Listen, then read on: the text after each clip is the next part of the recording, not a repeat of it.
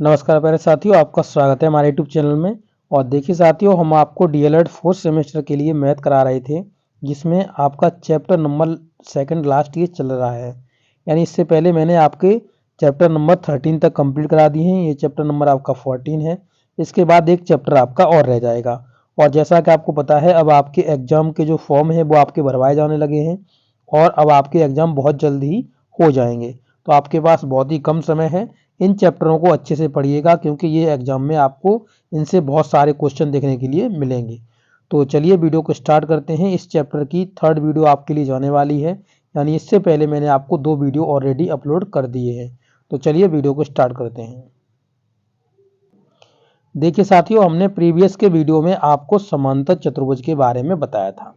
ठीक है, ये समांतर चतुर्भुज है। इसकी अगर आप वीडियो देखना चाहते हो तो आप वीडियो नंबर 2 देख लीजिए, उसमें मैंने इसे अच्छे से एक्सप्लेन किया है, तो आप अच्छे से इसे समझ सकते हो। ठीक है, अब इसके आगे हम पॉइंट नंबर 3 पर चलेंगे और पॉइंट नंबर 3 में हम दिखाएंगे कि हम किसके बारे में पढ़ने वाले हैं।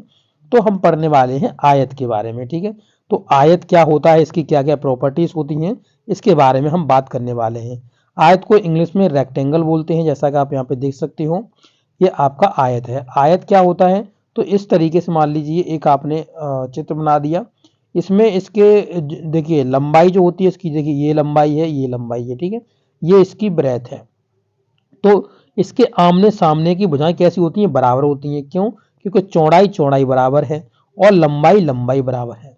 क्या है, आमने सामने की भुजाएं कैसी होती हैं, बराबर होती हैं। और ये देखिए, इसमें आपके 90 अंश के एंगल बनते हैं। तो ये 90 अंश का एंगल है आपका, ये 90 अंश का एंगल है, इधर भी 90 अंश का एंगल है और इधर भी 90 अंश का एंगल है। तो चारों 90 अंश के आपके एंगल होते हैं। और इसमें क्या प्रॉपर्टी है, तो इसके जो विकर्ण होते हैं वो एक दूसरे को समद्विभाजित करते हैं, यानी दो भागों में बांटते हैं। ठीक है, समद्विभाजित कर देना का मतलब है दो भागों में बांट देना, यानी अलग अलग दो भागों में कर देना, समद्विभाजित कर देना। तो इस तरीके से जैसे मान लो ये और ये पोर्शन अलग अलग हो गया, यानी यहां से पॉइंट मान लो, और इधर का ये समद्विभाजित करने का मतलब हो गया दोनों को अलग अलग कर देना, अलग अलग भाग में बांट देना। ठीक है, तो ये समद्विभाजित हो गया, यानी दो भागों में इसने बांट दिया।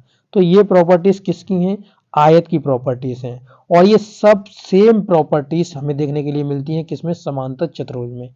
यानी समांतर चतुर्भुज को भी हम बोल सकते हैं कि वो एक आयत है, या आयत को हम एक समांतर चतुर्भुज बोल सकते हैं। ठीक है, तो समांतर चतुर्भुज बोल सकते हैं हम आयत को।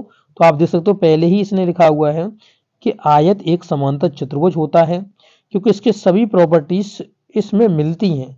जैसे आप देखोगे कि ये देखिए ऊपर वाला सभी समांतर चतुर्भुज का है, जैसे इसकी सम्मुख भुजाएं बराबर होती हैं। तो जो आपका पैरेललोग्राम है, यानी जो कहा समांतर चतुर्भुज है, उसकी सभी भुजाएं कैसी होती हैं, बराबर होती हैं। तो यानी सम्मुख भुजाएं बराबर होती हैं। तो इसमें भी अगर आप देखेंगे तो ये भी सम्मुख भुजाएं कैसी हैं, बराबर हैं। ये भी सम्मुख भुजाएं कैसी हैं, बराबर हैं। तो ये प्रॉपर्टी पूरी की पूरी कॉपी है, इसमें पूरी मिल गई कॉपी देखिए। और यहाँ पे अगर देखेंगे तो लिखा हुआ सम्मुख कोण भी बराबर होते हैं।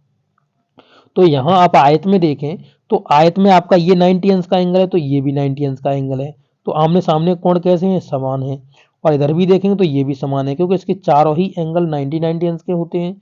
तो ये भी एंगल कैसे हैं, समान है। और ये प्रॉपर्टीज आपकी रेक्टेंगल में ही मिलती है। और देखिए ये प्रॉपर्टी पूरा लिखा हुआ है, इसके आमने सामने कोण बराबर होते हैं, यानी प्रत्येक कोण 90 अंश का होता है। यहाँ भी आपके आमने सामने कोण बराबर होते हैं, किसमें, समांतर चतुर्भुज में। तो इधर भी समान बराबर होते हैं। इनके विकर्ण समद्विभाजित करते हैं परस्पर, तो इधर भी विकर्ण समद्विभाजित करते हैं परस्पर, यानी जो आयत में। तो आप देखेंगे सभी प्रॉपर्टीज आपकी जो समांतर चतुर्भुज की प्रॉपर्टीज हैं, सम्मुख भुजाएं बराबर होती हैं, सम्मुख भुजाएं बराबर होती हैं। ठीक है, और इसमें आपकी जो सम्मुख कोण होते हैं बराबर होते हैं, तो इधर भी सम्मुख कोण बराबर होते हैं। और यहाँ पर आप देखेंगे विकर्ण परस्पर समद्विभाजित करते हैं, तो इधर भी विकर्ण समद्विभाजित करते हैं। तो आप समझ सकते हो सब प्रॉपर्टीज आपकी जो समांतर चतुर्भुज में है वो आपकी आयत में मिलती है, यानी आयत एक समांतर चतुर्भुज है। तो इस तरीके से आप समझ सकते हो कि ये जो आयत है वो एक समांतर चतुर्भुज की तरह काम करता है। तो इसके एंगल आमने सामने के बराबर होते हैं, ये उसने बताया था। तो ये जरूरी नहीं है कि ये 90 के होंगे, ऐसा कुछ जरूरी नहीं है, पर सामने आमने सामने कोण बराबर होते हैं, इसमें भी बराबर होते हैं और आपके रेक्टेंगल में भी बराबर होते हैं। तो ये पूरी प्रॉपर्टीज इनकी मिलती हैं।